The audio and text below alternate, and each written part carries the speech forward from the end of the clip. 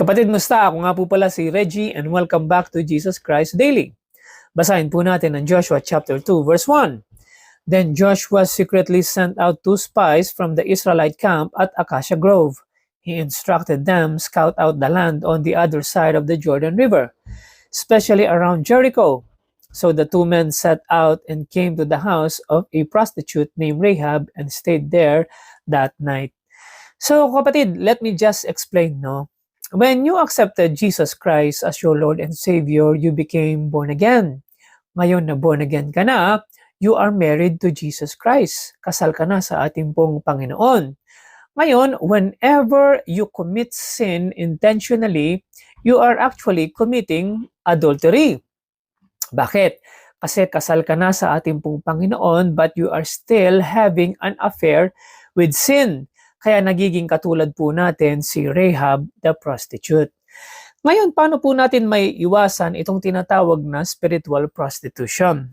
Ang sabi po sa 1 Corinthians chapter 6, beginning verse 15, "Don't you realize that your bodies are actually parts of Christ? Should a man take his body, which is part of Christ, and join it to a prostitute? Never." So basically what Apostle Paul is trying to say is that we no longer live in sin. No? Kaya nga po ang sabi sa Bible, we walk in spirit and we no longer walk in the flesh. So ibig sabihin, when you walk in the spirit, you will not fulfill the lust of the flesh. As sabi niya rito, don't you realize that if a man joins himself to a prostitute, he becomes one body with her? For the scripture says, the two are united into one.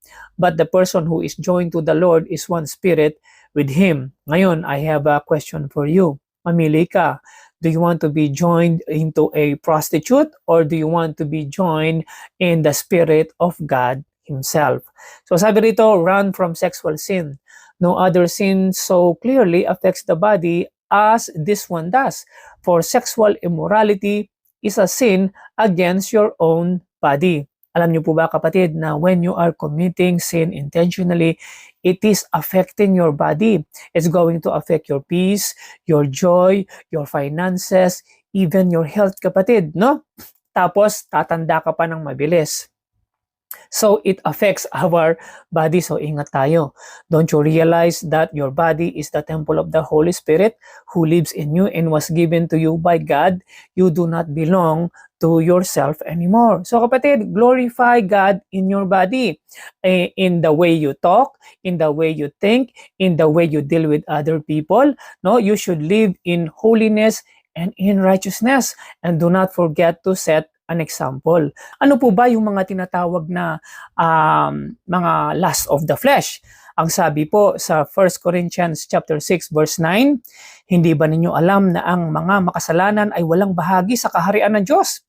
Huwag ninyong dayain ang inyong sarili. Ang mga nakikiapid, sumasamba sa Diyos-Diyosan, nangangalunya, nakikipagtalik sa kapwa lalaki o kapwa babae, nagnanakaw, sakim, naglalasing, nanlalait ng kapwa o nandaraya ay walang bahagi sa kaharian ng Diyos. Ganyan ang ilan sa inyo noon, subalit nilinis na kayo sa inyong mga kasalanan at ginawa na kayong banal ng Diyos.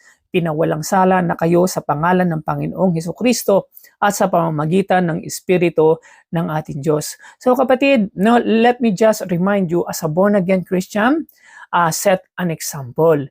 Live in holiness and in righteousness and use every part of your body in giving honor to God, in loving God and loving others, no? At wag na po tayong bumalik sa mga lust of the flesh na ito that will corrupt our body. Sa halip, live in righteousness and in holiness and walk according to the will of God. Sabi dito, run from sexual sin. No other sin so clearly affects the body as this one does. For sexual immorality is a sin against your own body.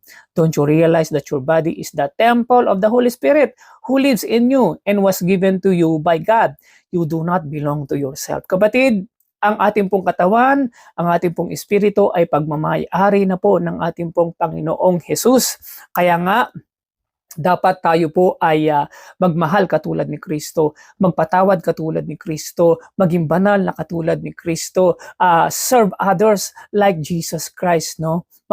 Lumakad tayo na meron pong righteousness and holiness, no? At talikuran na po natin itong mga lust of the flesh na ito na magkukurap lang sa ating pong katawan. For God bought you with a high price, so you must honor God with your body, no? Huwag nating kalimutan na ang katawan na ito ay binili na ng mapulang dugo ng ating pong Panginoong Hesus, and you are bought with a high price, kapatid. So honor God sa iyong katawan, sa iyong pag-iisip, sa iyong pong espiritu. Always set an example, and everything you do, honor God. Honor God. Honor God, no? At yun lamang po, at sana po makasama ko po kayong muli sa ating pong susunod na Bible study. God bless po.